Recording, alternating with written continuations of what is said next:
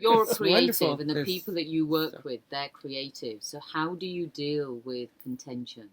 Yeah, sometimes we have a very big conflict on stuff like that. And Oh, are you I've quite had- confrontational? Depending on the situation. I'll give you an example. You remember a film called Sadece Sen?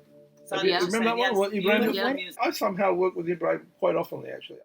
When I was putting that together, I actually was the guy to select the director. I was the guy who advised the producer to Who do you get? Hakan Yonat work on that movie. He's a very old friend of mine, and he's into commercials now, but back then he was doing a lot of clips. And I was working in one of the biggest Turkish music companies, seeing each other very often.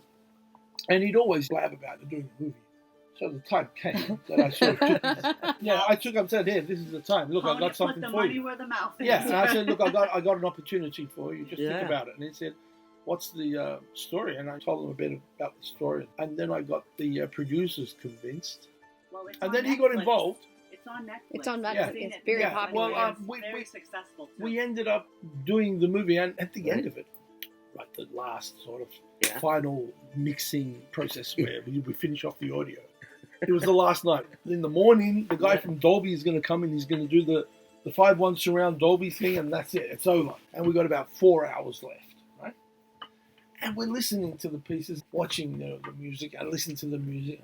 And we come to the cemetery scene. The cemetery scene where she turns around and tells the story to the guy, and the guy starts freaking out. And he's going, "Oh, that was me who Fell, who the dropped the car guy fell, and that was Oh, burning, and you yes. ended up getting blind." Well, anyway, Yeah. well, it's sort of the peak of the movie. It's the climax. That's right. Yeah. So I didn't really listen to much of the director because he never really came around and told me, "Hey, you do this, do that." And I Right. said, "I wouldn't listen to him anyway because it's his first movie." Right.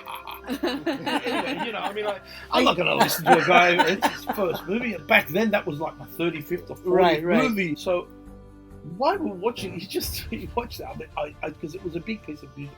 And he wasn't. And he was sort of like watching, and he was going, "Oh, look, the music is really nice. It's very like it's big." But I don't know. How's about we do something smaller?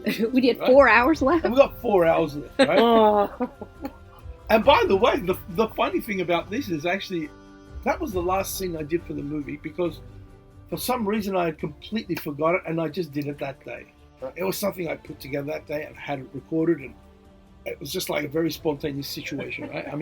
I was just very lucky to get that in there in the first place. And I just turned around and said to him, "Hakan, is this your first movie?" And he said, "Yes." And I said, "Oh, okay. Well, I think it's my 30th, 35th movie." And I turned around. I saw one of the coordinators there. I said, "What do you think about this?" She turned around and said, "I think Hakan's right." I said, "You shut up." Oh, no. No, hold on. The producer's there. I said, "What do you think of it?" He's the guy paying. Hold on. Yeah. So I said, "What do you think about Yeah. this?" He goes, "I like it."